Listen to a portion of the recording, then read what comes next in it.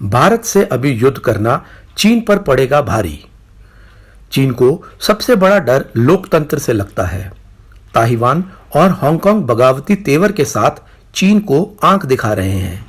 ऐसे में अपने देश की जनता का ध्यान भटकाने के लिए वह युद्ध का माहौल निर्मित कर रहा है। चीन इस वक्त कई मोर्चे पर लड़ रहा है, जिसकी वजह से जमीनी सेनाएं, नौसेना, युद्ध विमान सभी इस वक्त व्यस्त हैं।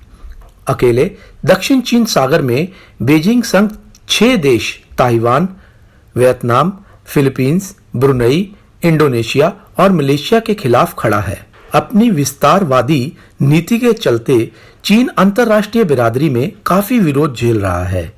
ऐसे में सवाल यह है कि क्या चीन अभी भारत से युद्ध का जोखिम ले सकता है? एक युद्ध के दौरान किसी देश को चाहिए होता है कि वह फ्रंट लाइन पर अपनी सेनाओं को जल्द से जल्द पहुंचाए, और ये वो आखिरी काम है जो चीन अभी कर सकता है। चीन इस वक्त कई मोर्चों पर लड़ रहा है, जैसे जमीनी सेनाएं, नौसेना, युद्ध विमान सभी इस वक्त व्यस्त हैं। एक तरफ चीन लड़ाकू जेट ताइवान के हवाई क्षेत्र में घुसपैठ करने में व्यस्त हैं, तो दूसरी तरफ चीन ने दक्षिण चीन सागर में अपने जहाज लगा रखे हैं, जो पानी और उसके द्वीपों पर अपना दावा मजबूत करने की कोशिश कर रहे हैं। अकेले दक्षिण सागर में बीजिंग संग 6 देश Taiwan, Vietnam, Philippines, Brunei, Indonesia और मलेशिया के खिलाफ खड़ा है। यही नहीं, चीन के संबंध अभी जापान के साथ भी खराब हैं, क्योंकि बीजिंग के जहाज हाल ही में जापानी जल सीमा में प्रवेश कर गए थे, और ऐसा करते हुए जापान 7वां देश बन गया जिसके साथ चीन का जल विवाद हो।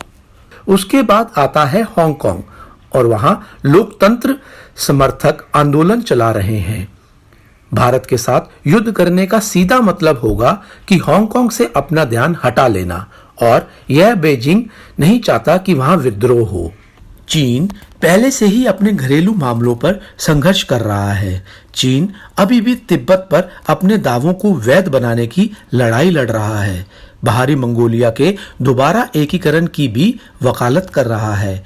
इसके अलावा चीनी सैनिक शिनजियांग में उइगर मुस्लिमों के अभियोजन में लगे हुए हैं, और कहा यह भी जा रहा है कि बीजिंग में कोरोना वायरस की दूसरी लहर का भी खतरा है। क्या चीन इन सभी मोर्चों को छोड़कर भारत चीन सीमा पर जा सकता है? मान लीजिए चीनी सैनिक इन मामलों से हटकर लद्दाख पहुंच भी जाते हैं, तो सवाल यह उठता है कि क्या चीनी सरकार अभी युद्ध के लिए फंड दे पाएगी? 2020 की पहली तिमाही में चीन की जीडीपी 20.65 ट्रिलियन युआन यानी 2.91 ट्रिलियन डॉलर रही।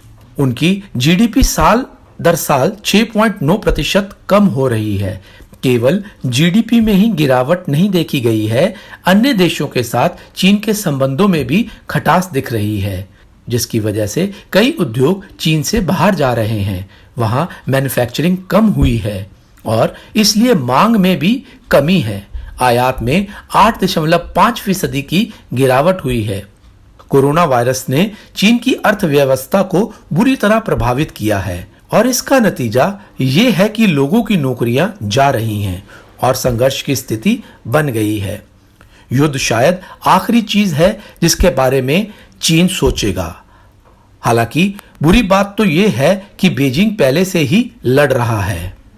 चीन अमेरिका के साथ व्यापार युद्ध कर रहा है। हालांकि आर्थिक रूप से युद्ध तो वो ऑस्ट्रेलिया के साथ भी लड़ रहा है। रिपोर्ट के अनुसार अमेरिका के साथ व्यापार युद्ध में चीन को 2019 की पहली छमाही में $35 बिलियन का नुकसान हुआ था।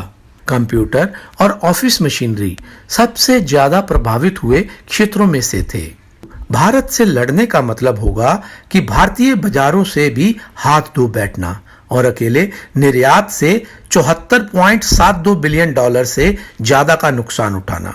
भारत के साथ युद्ध का जोखिम नहीं लेने का एक और कारण भी है, वो है कर्ज में डूबे पाकिस्तान और विनम्र नेपाल को छोड़कर वर्तमान में चीन के पास सहयोगियों की कमी।